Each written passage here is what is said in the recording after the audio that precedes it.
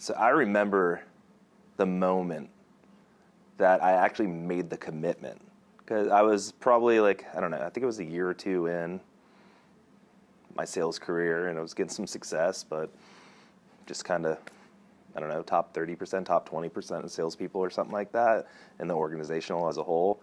And I just remember I was in my car and I was like, what am I doing? Like, I should be at the top. I should be number one out of 500 plus salespeople. Why? And I was like, I made the commitment. I was like, okay, first I need to like truly commit, like set the goal. So I set that goal. I was like, I'm gonna be the top dog out of 500 plus salespeople. It's like, okay, now what do I do? It's like, all right, I made the commitment. That's super huge. Like just being like, this is what I want. It's like, okay, from there, I started thinking, okay, what is that? What is it gonna take? And I just kept coming back to like, I was kind of spread a little thin. I was doing a lot of this, doing a lot of that, and not so much the thing of what I needed to really be focused on, which was sales, my career, my primary flow of money. So I was like, okay, if I want to be top dog right here, then all these other things that I'm, dabbling my toes in, just touching, I just considered all these distractions. Like, what are some examples of things that were distracting you? Hanging out with friends that I shouldn't be hanging out with. Partying. Just giving time to people that were taking time from me and not reciprocating. They weren't adding value to my life. Going out. I found my time like being pissed away doing a lot of these things that were just, I didn't need to be doing. And I was like, okay, I adapted this mantra and I was like, okay, I need to start writing down my goals every day because I need this top of mind. And so my mantra, it really turned into the first thing every time after I wrote all my goals down for the day, I'd end it with minimize distractions, don't get jaded, and genuinely want to help people and solve their problems. I was literally those three things. And from there, I kind of formulated like my three pillars that I was like, okay, I'm gonna start getting selfish with me. I need this time for me to develop myself. So I'm gonna be selfish, but for the greater good. I need to focus in on me. So my three pillars, it turned into work, working out, and music. And I didn't know at first, but they all like started fueling each other. And I was like, okay, minimize distractions. Here are my three pillars: work, working out, and music.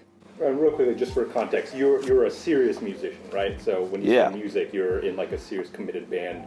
Oh, make moves. Absolutely, yeah. We were in the middle of launching our first full release, our full album. So it was like I was super serious about allocating time 5 out of 7 days per week, going to my studio and like putting in at least like 3 hours on my drums. So yeah, super focused. I was super focused on all three of those things because it's like, just me personally, what I found is if you have more than like three things, you can't really make time for 4 or 5 other types of things to get really good at those things. So my three focuses, like you might have noticed that I didn't have family in those. Like most of my time was going to these three things. So whatever, I'm up 6 a.m., work, bang out work till 5 p.m. Then boom, immediately after I'm in the gym. Then boom, I'm going to the studio and putting in an hour, 2, 3 hours on the drums during the work days. And then on the weekends, I was giving myself more times on the drums and figuring out the marketing plan and release plan and all those things. So when I really started just voicing my mantra, minimize distractions, don't get jaded, genuinely want to help people, solve their problems. I just got into that rhythm, and I was closing more deals. I was getting healthier, and I was on my way to releasing an amazing album with my band, critically acclaimed type thing. But no, it's like that. I just started. Those are my 3 pillars, and I started minimizing all the distractions around. So I stopped hanging out with, drinking buddies or just friends. When people were going to happy hour, I was in the office, like banging out work and stuff like that. So what that turned into was President's Club at the end of the year. That same year, all while I was closing those deals and in the top 1%, me and my band also put out a full-on album, and I was in the healthiest shape I've ever been in. Awesome.